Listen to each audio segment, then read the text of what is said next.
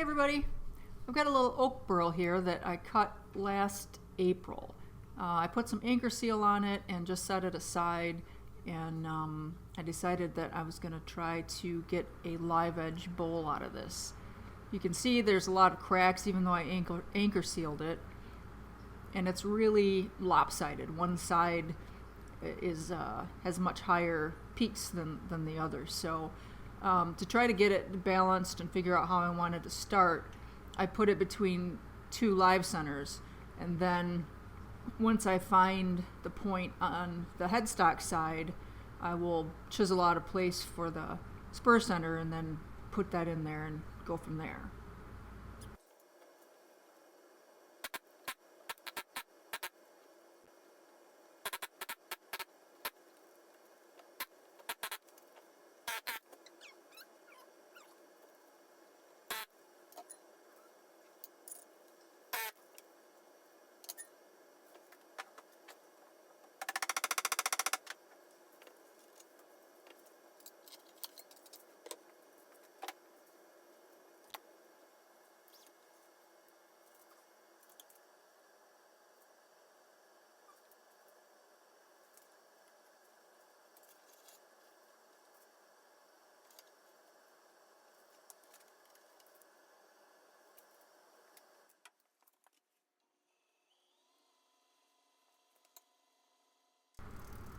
I changed the lathe to the lower torque setting, and I'm running this right here at probably 250 or 300 RPMs.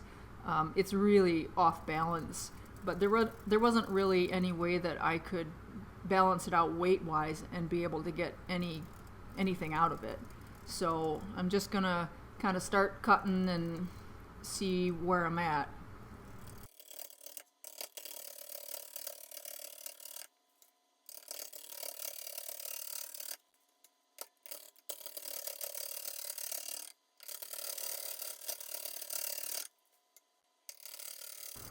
Cutting a lot of air.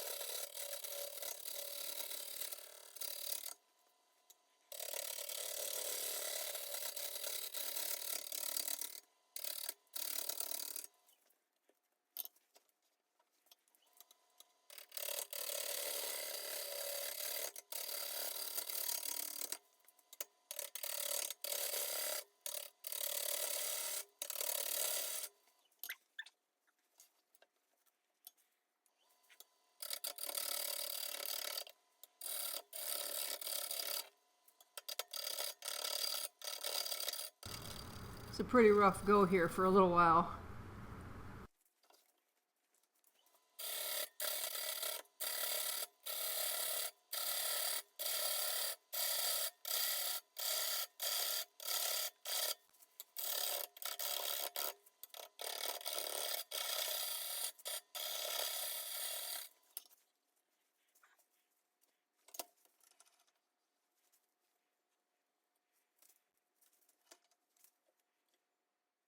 Now that I've got a little better idea of how much I have to take out to get up to the bark sections, I'm going to start readjusting my center points a little bit. And this is your PSA for today. I watched a video by Lyle Jameson talking about starting things between centers and how to make sure you get a good bite with your spur drive.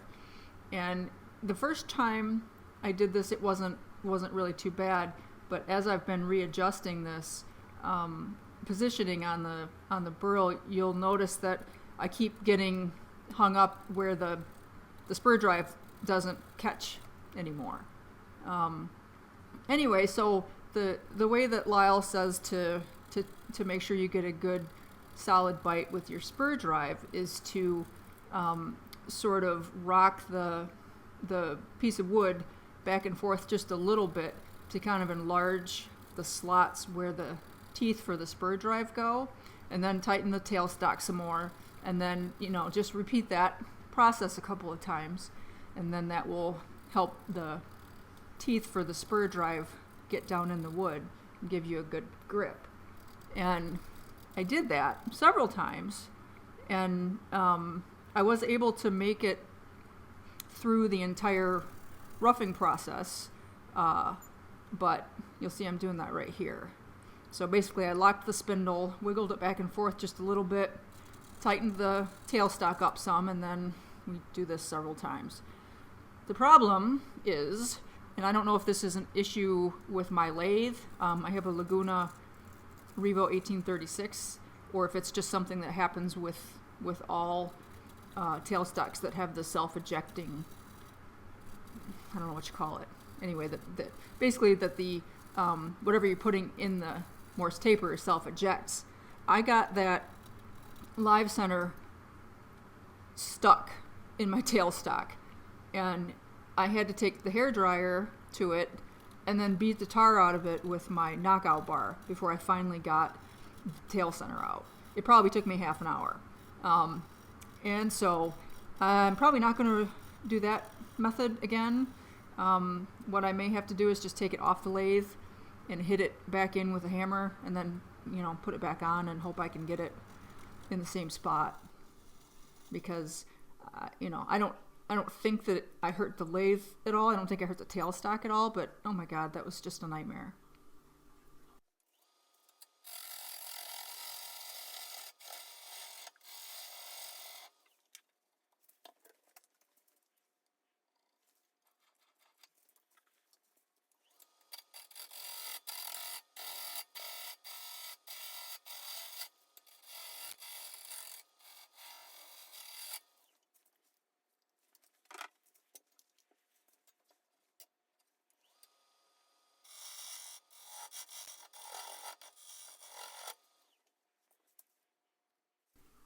I'm going to use my small 50 millimeter jaws on my chuck.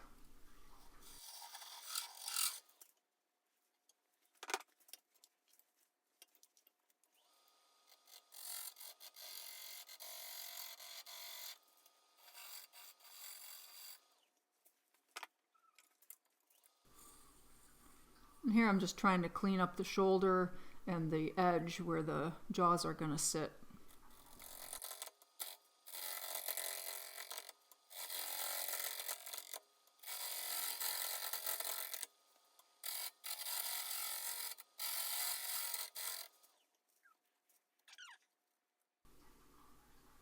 I'm going to try and take a little bit more material off before I turn it around, since I still can't do a pull cut.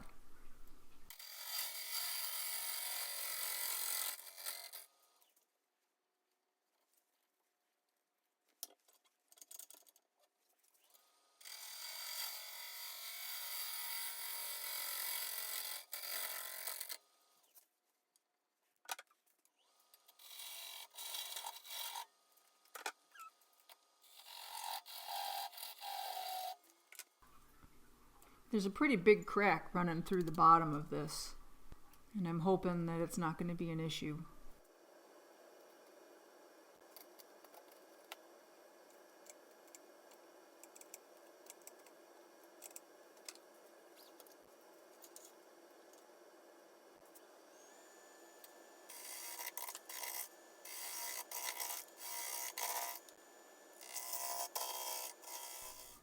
Because I want to keep the bark on this, I'm cutting basically backwards. I'm cutting where there is no supported grain, but I'm afraid that if I cut the other direction with the supported grain, that I might take the bark off. So especially up here at the top, when I'm working on the edge, I'm going to come in from that direction. And also, I seem to be getting a pretty smooth surface, and since I can't do a pull cut, I do as much of this with a push cut going backwards as I can, and then I'll go back with a little scraping and some shear scraping to clean up the part that's by the chuck.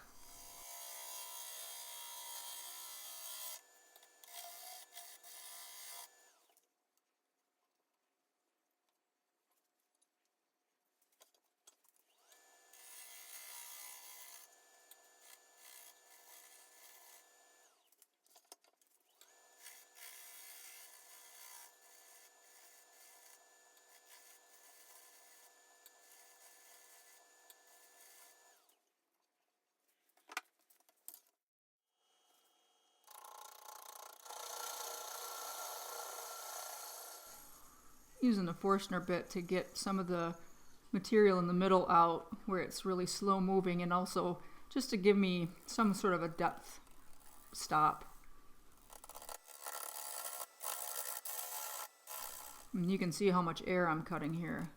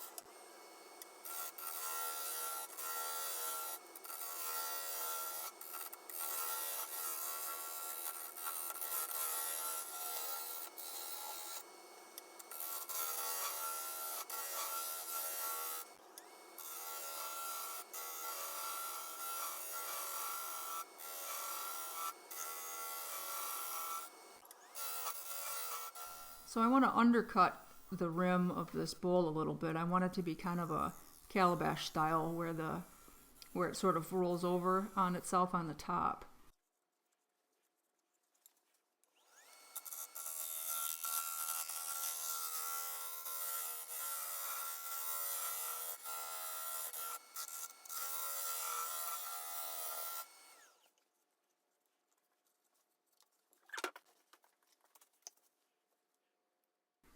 I have some gaps between the bark and the burl, so I've got some black Starbond CA glue that I'm going to go ahead and fill those gaps in.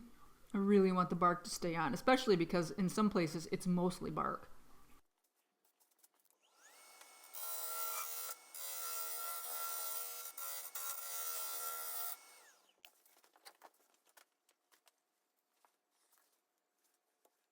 And so here I'm going through with some thin CA glue. This is Stickfast brand, and I'm just soaking the bark and trying not to get it all over everything.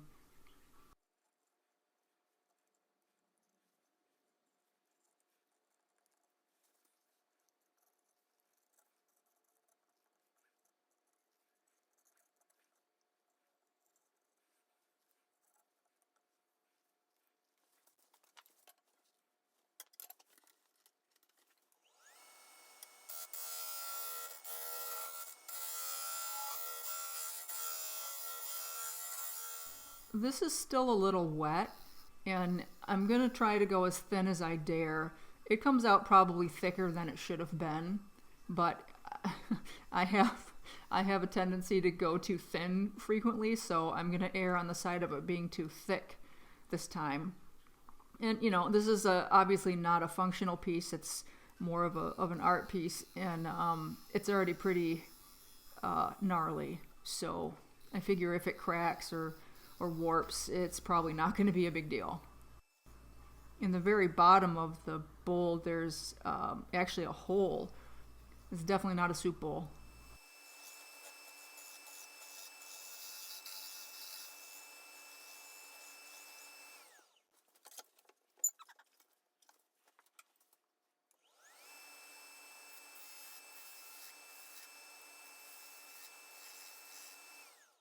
So I sanded the inside and the outside with the power sander, except for the wings. I stopped the lathe and then just did it with the power sander by hand, with the lathe turned off. Obviously, you would destroy your sander and probably the bowl too.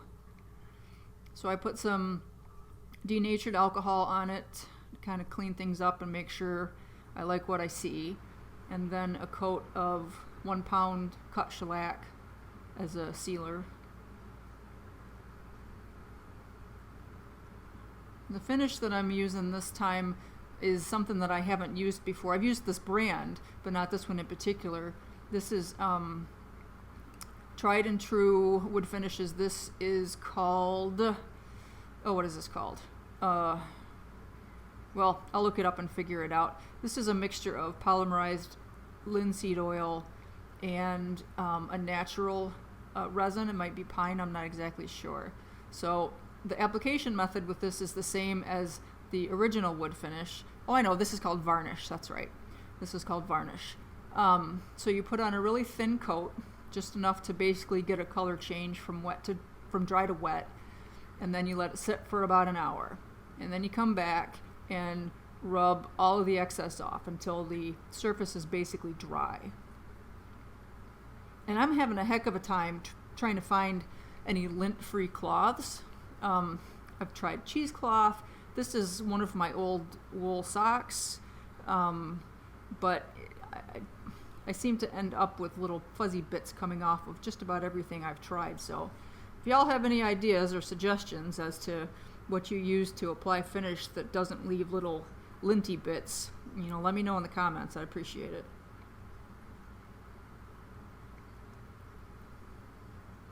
So I wiped all the excess off, and I'm going to go ahead and take the tenon off now. The last part of this finish is you let it cure for at least 24 hours and then come back and just buff it with a soft cloth. So I will do that the next day here, but I'm going to go ahead and get it to the point where it can be off the lathe and I can put finish on the bottom and then just do it all at once.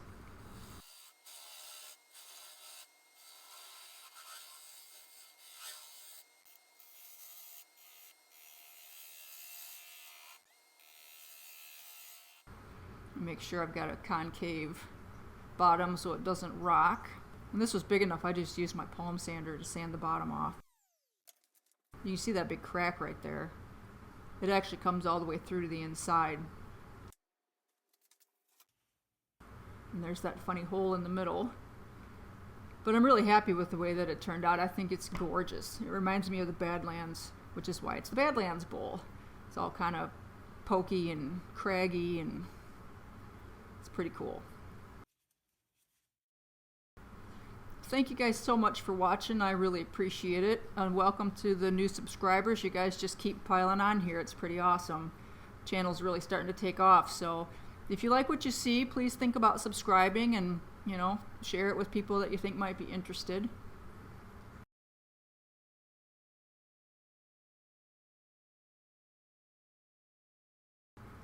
Thanks again. Y'all be safe out there.